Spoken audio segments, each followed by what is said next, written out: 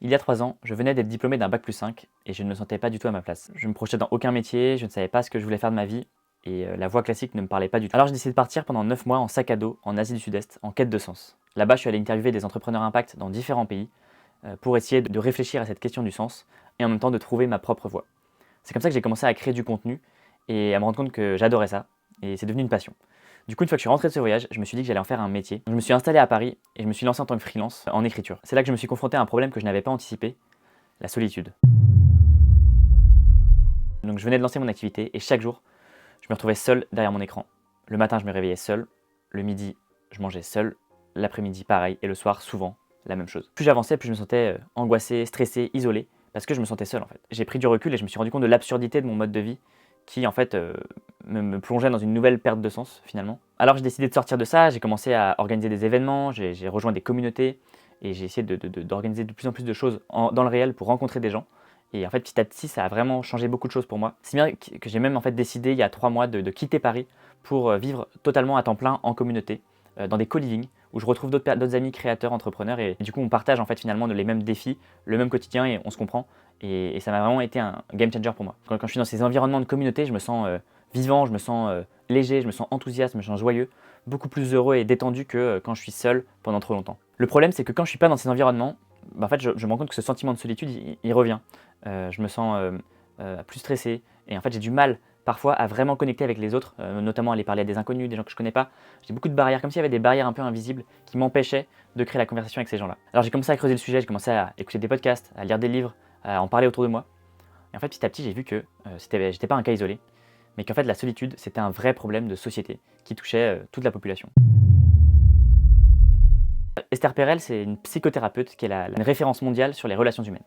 Elle est passée récemment dans le podcast de Mathieu Stéphanie, Génération Do It Yourself, et elle dresse un constat assez alarmant. Pour elle, nous subissons une atrophie sociale à l'échelle mondiale. Elle mentionne 2 éléments qui exacerbent cette solitude. Le premier élément, c'est l'isolement physique. Elle dit qu'on a créé un monde en fait sans friction. Aujourd'hui, on peut tout faire de chez soi. On peut commander à manger, on peut commander des courses. Donc alors oui, d'un côté c'est pratique, mais en fait on a perdu tout un tas d'interactions sociales au quotidien qui font que on se sent seul, on se sent de plus en plus seul et en fait on n'est pas fait pour ça. Le deuxième élément dont elle parle, c'est ce qu'elle appelle la perte ambiguë. La perte ambiguë, c'est le fait que en fait, chaque jour, on est derrière notre écran toute la journée. Et en fait, le soir, on rentre du travail. En fait, on va faire quoi? On va regarder la télé. Et on va regarder la télé comment? Pas n'importe comment, on va scroller en même temps. Et en fait, les gens autour de nous, nos proches, vont faire la même chose. Du coup, en fait, on se rend compte que même si les proches, par exemple, peuvent être physiquement présents, ils sont émotionnellement et psychiquement, ils sont ailleurs. Ils ne sont pas vraiment avec nous. Et donc ça va créer encore un phénomène de solitude ressenti, parce qu'on ne se sent pas vraiment écouté ni considéré par l'autre. Et ça, c'est un phénomène un peu insidieux qui se propage dans la population.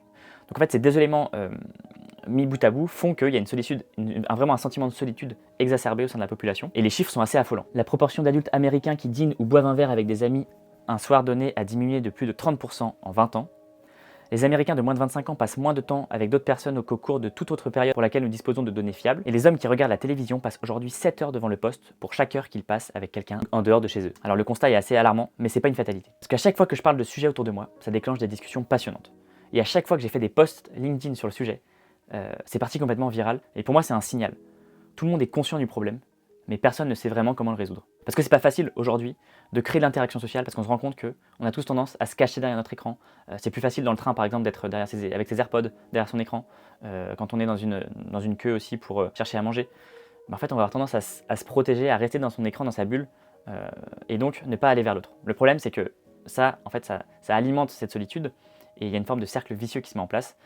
Moins on parle aux gens, plus on a peur d'aller parler aux gens. Et le problème c'est qu'en fait, on est biologiquement câblé comme il y a des centaines de milliers d'années et qu'on est fait pour l'interaction sociale, on a besoin, c'est un besoin vital. C'est l'OMS d'ailleurs qui avait dit que l'épidémie de solitude était un problème de santé publique. Donc il est grand temps aujourd'hui de prendre ce problème à la racine. Voilà pourquoi j'ai décidé d'aller plus loin en lançant une vraie exploration sur le sujet.